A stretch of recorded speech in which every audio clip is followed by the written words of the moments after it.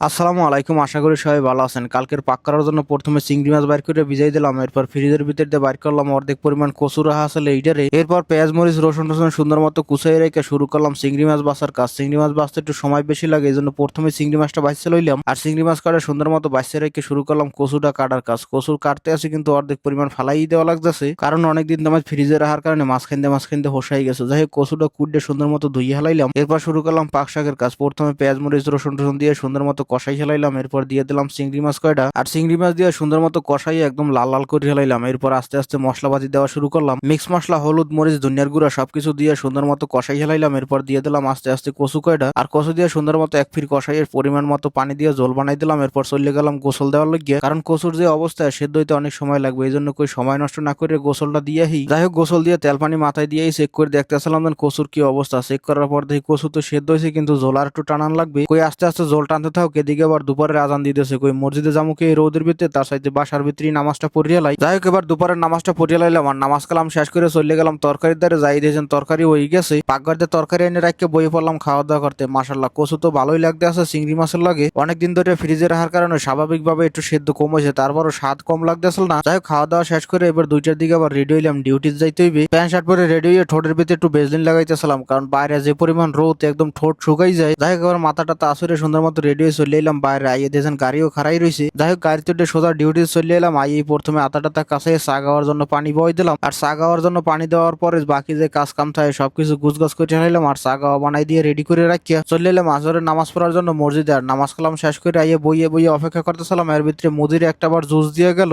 এটা মূলত স্ট্রবেরি ফ্লেভারের রাইস তোকমার দানা টানা দিয়ে বানাইনি, তবে গরমের ভিতরে খাইতে ভালোই লাগতে আসলে। যাই হোক জুস টুস খাইয়ে একটু রেস্ট করলাম, আর মাগরিবের আজান দেওয়ার পরে মাগরিবের নামাজ পড়ে আইতেছিলাম। এর ভিতরে আর মুদিরে বিলের লেগে খানা লইয়েছে, কইলো বাইরে যাইয়া বিলইগুলো আর বিলের বাচ্চাগুলো যা আছে এইগুলোরে খানা খাওয়াইতে। বাচ্চা তিনকা তো খালি লাফাইতেই আছে, খাওয়ানোর দ্বারা যায় না। যাই হোক খাওয়ান দাওয়ান দিয়ে রাত্রি 9টা পর্যন্ত ডিউটি করলাম, আর 9টার দিকে ডিউটি শেষ করে রওনা দিলাম বাসার দিকে। বাসায় প্রথমে জামা কাপড় খুললাম, এরপর চলে গেলাম হাত মুখ ধুইতে, আর হাত মুখ ধুইয়া বই পড়লাম খাওয়া দাওয়া করতে। আমার মনে হয় কচুটা একটু গরম দিয়ে লইলে ভালো লাগতে না, কারণ দুপুর বেলা খাইতে ভালোই লাগতে আসলে, কিন্তু রাত্রে কেমন কেমন জানি লাগতে আছে। আলিশামি করে গরম টরম দিলাম না, এমনি খাইয়ে ঘুমাই পড়লাম। আর উঠলাম ভোর 4:30 বাজে, আর 4:30 বাজে ঘুমে গুন দুইটা ফজরের নামাজ কালাম শেষ করে আবার ঘুম পড়লাম। উঠলাম একদম 8টার দিকে, আর 8টার দিকে ঘুমে গুন দুইটা মুখ টুক ধুয়ে জামা কাপড় যা আসলে এইগুলো ভিজাই দিলাম, কারণ গরমে গামাইয়ে ডিউটি ড্রেস দিয়ে গামের গন্ধ আইতেছে, এই জন্য ধোয়াটা জরুরি। আর জামা কাপড় গুলো ওয়াশিং মেশিনে দেওয়ার পরে চলে এলাম হোটেলের নাস্তা নেওয়ার লাগিয়ে। অনেকদিন ধরে চনা আর সাম্বার খাবার মন চাইতেছিল, এই জন্য আজকের চনা সাম্বার আর লগে পরাটা লইলাম। যাই হোক পরাটা আর চনা সাম্বার দিয়ে নাস্তা বানিয়ে শেষ করলাম, আর এদিকে ওয়াশিং মেশিনের ভিতরে দেখি কাপড় চোপড় ধোয়া শেষ হয়ে গেছে। কাপড় চোপড় সবগুলো লই চলে এলাম ছাদে রোদ দেওয়ার লাগিয়ে। যে পরিমাণ রোদ হচ্ছে মাশাল্লাহ, এতে